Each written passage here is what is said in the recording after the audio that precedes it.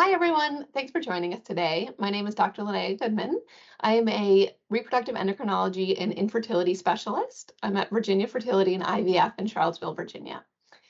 I started my journey as a reproductive endocrinologist with my OBGYN residency at UNC in Chapel Hill, North Carolina. I then went to Cleveland Clinic for fellowship, where I specialized in minimally invasive reproductive surgery. I've had a few separate jobs since fellowship, but I've been practicing minimally invasive surgery for about 10 years now. I have a passion for optimizing patient care to make it as patient-friendly and physician-friendly as possible. So when I started this journey, I was on a mission to find the best possible tools and the best possible ways that I could improve patient care. So with hysteroscopy, I have transitioned out of doing OR hysteroscopy to office hysteroscopy, and now doing it just in a room in my office. So I'm going to walk through how to do vaginoscopy with the LiNA OperåScope to really optimize the types of hysteroscopy that we can do with the best possible patient care. So let's get started. So in today's lecture, we're going to be talking about how to go about incorporating vaginoscopy into your office setting. So I'm going to walk through the setup and how I do it. I'm going to talk through patient selection and how I do it in terms of pain protocols, which cases to use, and then we're going to walk through some potential surgical cases, and then how to navigate the cervix and walk through some benefits and pitfalls of vaginoscopy. We'll then touch on the reimbursement and cost benefit as well. So to get started, we are talking about hysteroscopy here, where we're using a scope to look inside the uterus. So to get inside the uterus, we have to get through the vagina. So traditionally, access to the cervix has been obtained by inserting a speculum. Now, speculums were made 150 years ago, and so not much has changed since then. And so they can be uncomfortable and unwieldy. And so what we have done is tried to be more patient-friendly and find a way to navigate into the uterus by going through the vagina. And so we're going to talk about vaginoscopy. So what it is it's entering the vagina and navigating to the cervix without the use of a speculum or tenaculum. The benefits of this method are that it's better tolerated, it's faster, we use less equipment, and there's less bleeding post-procedure because you don't have tenaculum sites.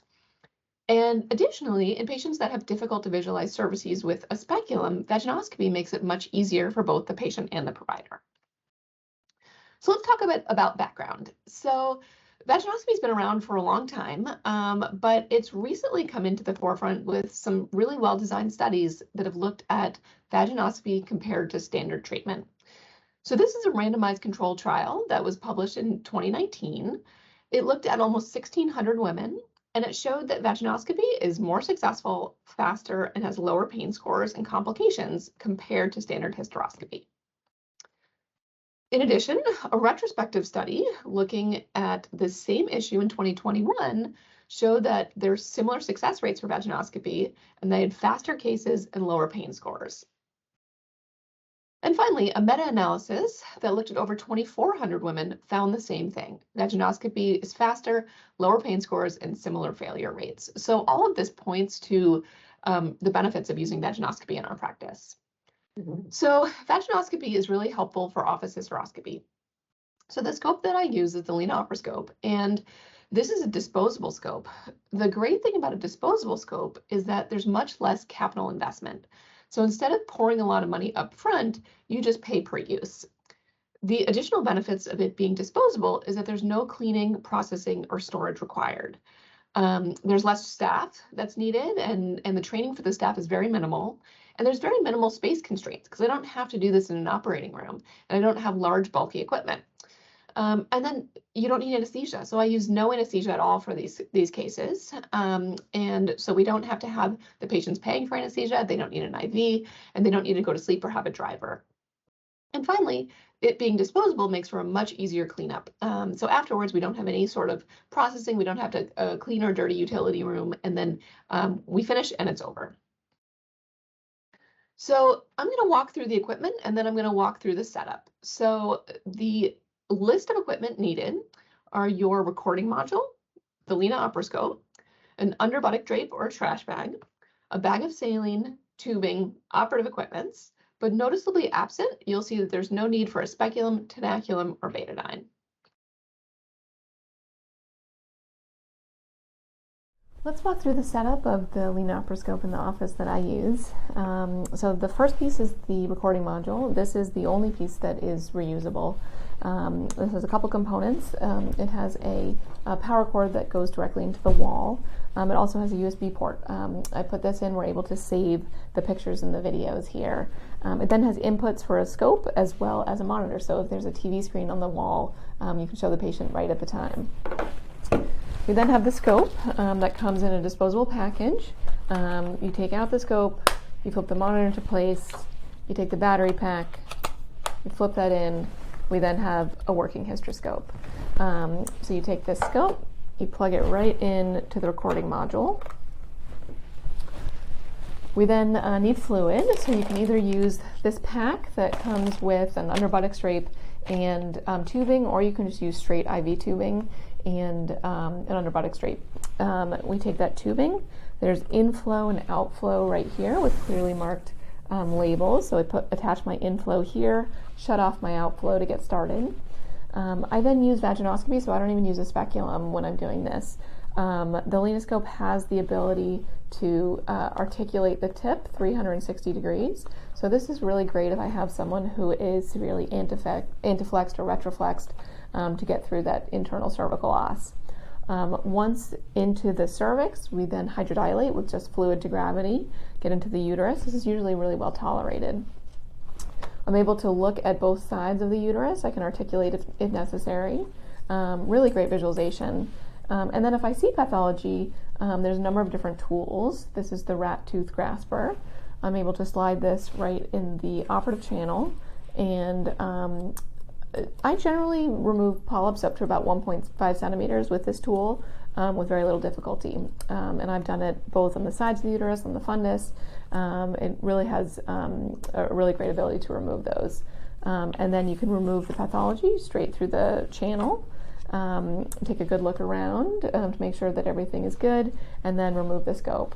Once I'm finished, I just remove the batteries, remove the scope from the recording module. This entire piece is disposable, and then I just wipe down the recording module. It's good to go. So it's a really easy way to get hysteroscopy into the office with very little cleanup and space requirements.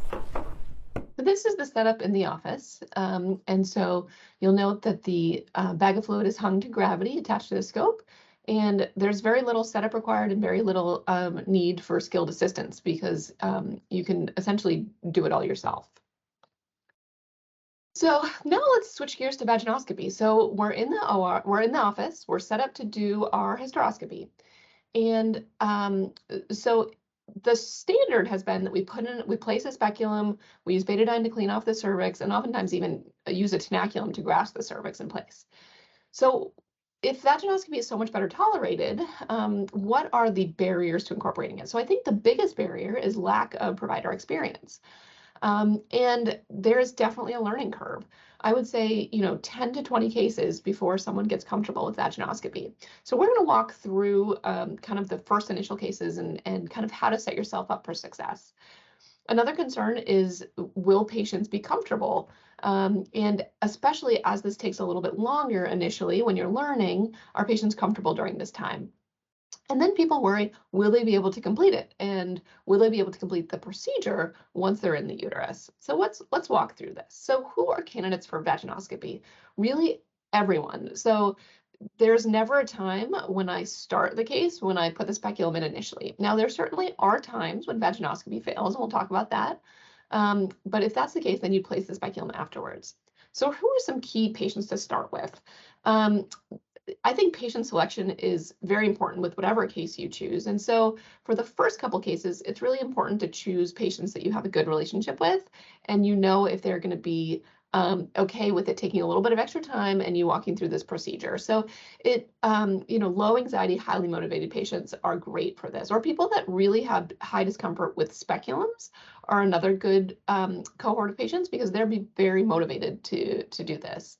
And in terms of getting through the cervix, if you're new to office hysteroscopy and you're worried about getting through the cervix, if patients have had previous vaginal deliveries before, if they're multiparous, it does make it easier. So this is a case of a 34-year-old. She's had a vaginal delivery, and she presents with recurrent pregnancy loss for a cavity evaluation. So we're going to start navigating through this vaginoscopy here. So when you start vaginoscopy, you place the scope in the introitus, and then you're going to look for a fornix. It's either going to be a posterior fornix or an anterior fornix. I generally start for the posterior fornix and then pull back my scope until the cervix enters the view. So vaginal tissue is going to be very different than the cervical tissue. So you're going to see here, this cervical tissue has a cobblestone appearance, and oftentimes you'll often see mucus in this area as well. So it takes some time to navigate, to familiarize yourself with the tissue of the vagina and the cervix. And you're going to see in this next case that we'll see both the vagina and the cervix. So this is a 32-year-old who failed an embryo transfer. And so we wanted to do a cavity evaluation. So this is entering the introitus here, and I will enter the posterior fourchette. Now you'll notice that the vagina is going to fill with fluid, and that's where I'm going to get a sense of where I'm going to go. So I am heading here, and I'm trying to find a fornix. So I go straight in, and then I figure out, is this posterior fornix or anterior fornix? So now I've realized that this is anterior fornix, because I see a bulbous mass posterior to me. And so as I pull out, that cervix comes into view. You can see here 2 cervical crypts and a third, and these are little areas that have, they're invaginations of the tissue. They're designed to trap sperm.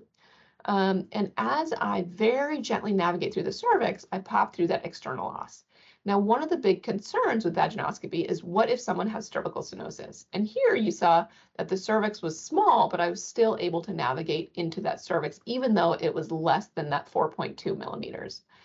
Now, the key to vaginoscopy and hysteroscopy in general is going where the tissue gives. So you want to enter that internal os very gently. And as a patient feels pain, you back off, because if you're in the right spot, the patient should have very minimal discomfort. So in terms of preparation, I do not use any preparation. So I do not do misoprostol or any sort of cervical ripening. Back when I started hysteroscopy over 10 years ago, I was very concerned that I was not going to be able to enter the cervix. So I gave everyone misoprostol. We gave 200 micrograms the night before vaginally, and then 200 micrograms the morning of. This is a great option because if a patient has side effects such as diarrhea or extreme cramping, they can just take the misoprostol right out of the vagina. It also decreases the amount of GI side effects to place it in the vagina.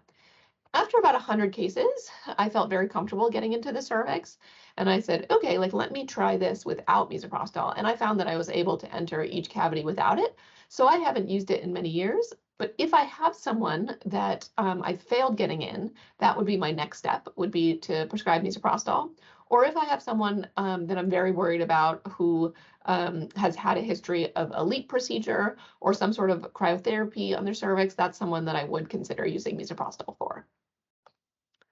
So let's talk about some troubleshooting. So this is a 37-year-old. She'd had a recent loss. And after the loss, we wanted to evaluate the uterus, but we tried to do a saline ultrasound and we could not get the catheter into her uterus. So we have a speculum in, we're looking at the cervix, and we have a catheter and we can't get in the uterus. So we're going into the vagina here. And again, so I am seeing the folds of the vagina, and I am looking to see a fornix, either anterior or posterior. I then see this bulbous area, and that tells me that that is going to be the cervix. So I'm not sure at this point which direction the cervix is, and so I am slowly navigating along this bulbous area, and I see that the tissue is going to start to change in appearance. So now I'm starting to see these cervical glands here, and I see the mucus, and I see the cervical opening. Now, I knew this was going to be a hard cervix to navigate because I couldn't get in a very small catheter in doing the saline. So this is me very slowly navigating through the cervix. So I'm seeing these cervical crypts, but I don't see the cervical opening. So what I'm doing is I'm very gently applying pressure to the opening to see where the tissue gives. As I said, if we're in the right spot, it should have very minimal discomfort for the patient. If the patient feels discomfort, then we need to back up. So as we navigate, I can increase the pressure by squeezing the bag of fluid. I can also open up my outflow if I have any mucus in the way or blood in the way. I can open it up. And as I enter the cavity, I will then clear out that blood and mucus by opening that outflow and increasing pressure on the bag. At this point, the patient has had very minimal discomfort because we're very careful not to hit the walls of the cervix. If you can navigate into the walls, into the cervix without the walls, then it's going to be very well tolerated. And then for this patient, because we had such difficulty navigating with this catheter, but I was able to get in with a 4mm scope, what I do is I take a video pulling out the scope so I can see that path of the uterus and make sure that everything, I'm able to repeat that doing an embryo transfer for later. So in terms of pain management, I generally use no pretreatment. So I do not do anything prior.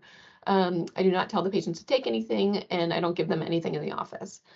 Now, if you're someone, if you have a patient that you're worried about their tolerance, you can certainly have them take 600 or 800 milligrams of Motrin about an hour prior to the procedure, or you could do an anti-anxiolytic as well if there's someone that really wants to do an office procedure, but they're worried about their anxiety. In the case that you have someone that fails a hysteroscopy because of discomfort, you could potentially do a paracervical block with lidocaine. I've found that with these, the block is actually equally as painful as the procedure itself. And with this, you also need to do a speculum. So you're not able to do vaginoscopy if you're doing paracervical blocks. So I would recommend, trying it before doing the paracervical block and seeing how it goes. And then obviously, if we're using a larger scope and cervical dilation is necessary, then conscious sedation is helpful. And as you noticed in these previous cases, there was no dilation necessary for the LiNA OperåScope. So the vast majority of the time, I can get in using vaginoscopy without dilation at all.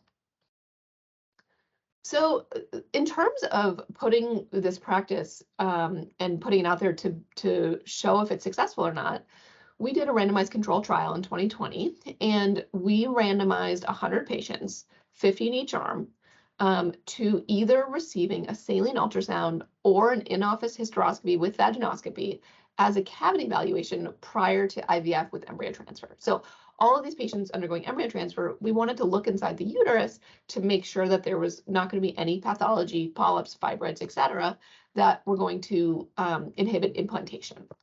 So we randomized patients into groups. Half of them got a saline ultrasound and half of them got an in-office hysteroscopy. The ones that had a saline ultrasound, obviously, if we had to find something, we would not be able to treat it at that time. So we compared three major things. We compared patient satisfaction, provider satisfaction, and ability to complete the procedure. So in terms of time, there was no difference between a saline ultrasound or a hysteroscopy with vaginoscopy, both about 4 to 5 minutes. So very quick in the office here. In terms of patient satisfaction, the pain scores were a little higher in the hysteroscopy group. However, this was on a clinical scale. This is a scale of 1 to 10. The saline group was 2.4 and the hysteroscopy was 3.3. So a 3 out of 10 is still pretty mild on that pain score. However, in terms of recommending to a friend and overall satisfaction, we had great results on those scores, and there were no difference between the saline and the hysteroscopy.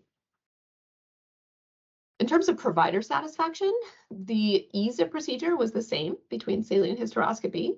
However, providers felt that the uterine cavity evaluation was better with hysteroscopy. And this is because you're actually able to see with your own eyes versus using an ultrasound. And then perception of pain and overall satisfaction was similar between the two. In terms of ability to complete the procedure, so this is really where hysteroscopy shines, because there was a similar incidence of pathology in both groups, meaning we found pathology in both the saline group and the hysteroscopy group. However, in the saline group, 11 out of 11 patients needed to come back and have a second procedure to remove that pathology. Whereas in the hysteroscopy group, all but one were able to do it right at that same time. And the one that we weren't able to do at the same time was a bigger procedure that we had to take to the operating room. So this really cuts down on patients needing a second procedure. So you're able to essentially see and treat right at that same time, opposed to having to do two separate procedures for the patient. And so if it's similar in terms of pain scores and patient satisfaction and provider satisfaction, this is the big differentiator, is being able to do the same thing right at that same time.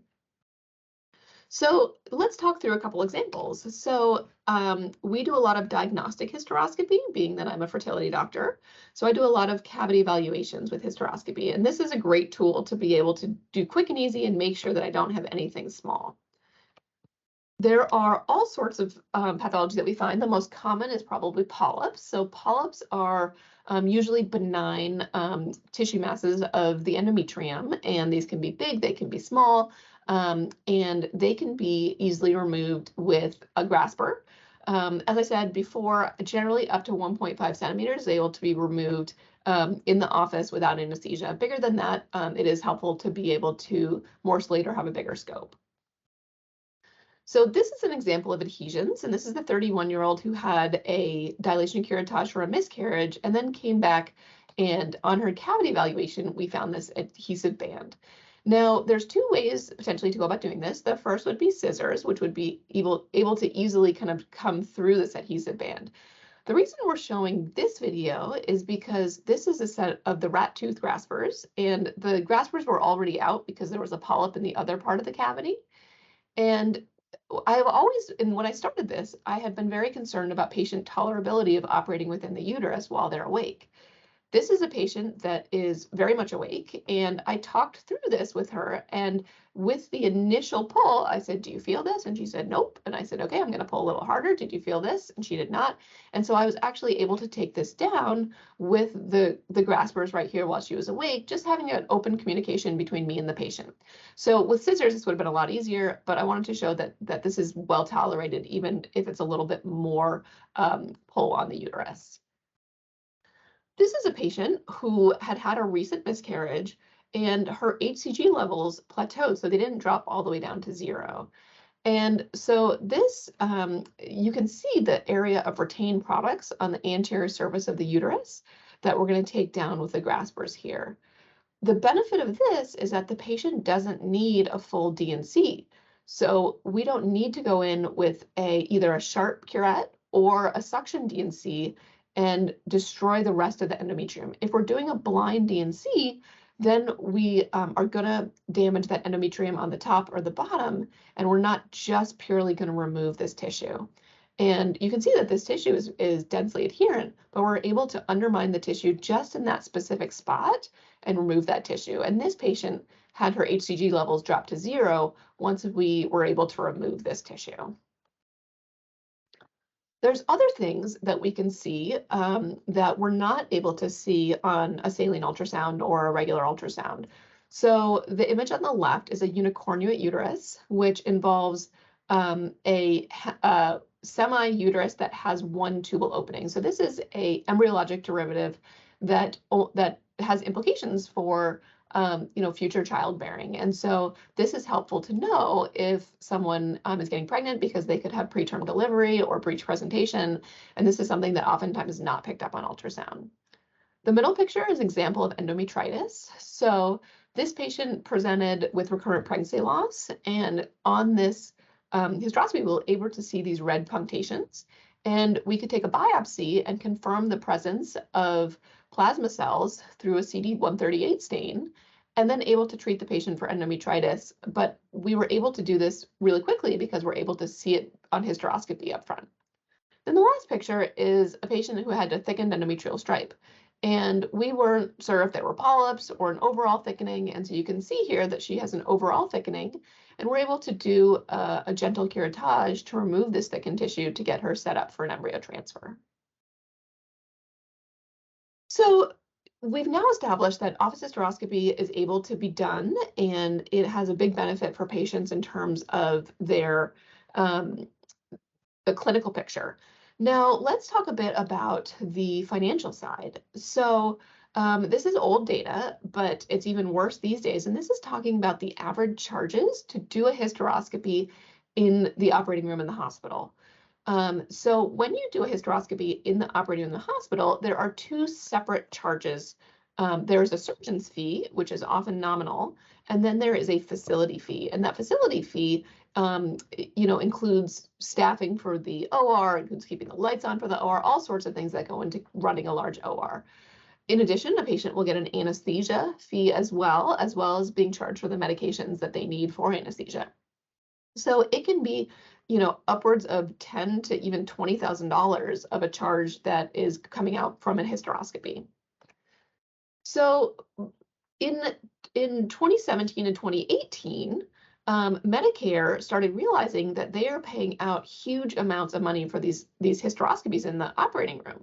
But a lot of people started to do them in the OR, and they realized that if we could get more hysteroscopies into the operating room, they will have to pay out much less because they're only doing the provider fee and not the facility fee. So in 2018, there was a big change in the reimbursement rates for office hysteroscopy. So the facility rates stayed the same. And so you'll note here in the 58558 CPT code, this is for hysteroscopy with polypectomy or a biopsy. In a facility, the physician payment is $233. However, if you do it in the office where there's no facility fee, we're looking at $1,372. So much higher reimbursement for the physician if we're doing it in the office. So what's great about this is that not only is it better for the office, but it's also way better for the patient, because the patient, if they're getting a $10,000 bill, they may have a high deductible of $5,000 they have to pay. They may have a percentage. They may have to pay 20% of this $10,000. Or they may have, other sorts of hidden fees that they may need to pay for anesthesia or that may not be covered. And so in the office, oftentimes patients are only responsible for a copay because it's an office visit. And so it's way more affordable for patients as well. And there's also much less unexpected costs because the office is able to say, this is how much the procedure is going to be. We will bill it to your insurance, but there are not all these hidden costs that come from an operating room. And then if a patient doesn't have any insurance, it's a much cheaper option than it is doing it in the operating room. So overall, for providers, there's better reimbursement rates. And the other benefit is being able to do this in the office. You don't have to spend your day at the surgery center. So you can schedule them, every 15 or 30 minutes in your clinic, and you can do them in between patients. You can set up a day of them if you have a lot of them, and you're not going to be, spending a lot of time with inefficiencies in the operating room. So in conclusion, office hysteroscopy with vaginoscopy is safe, effective, and well tolerated. It is easy to implement once you establish the goals of the practice. So if we want to be more efficient and really cater to tolerability of patients, this is a really great option.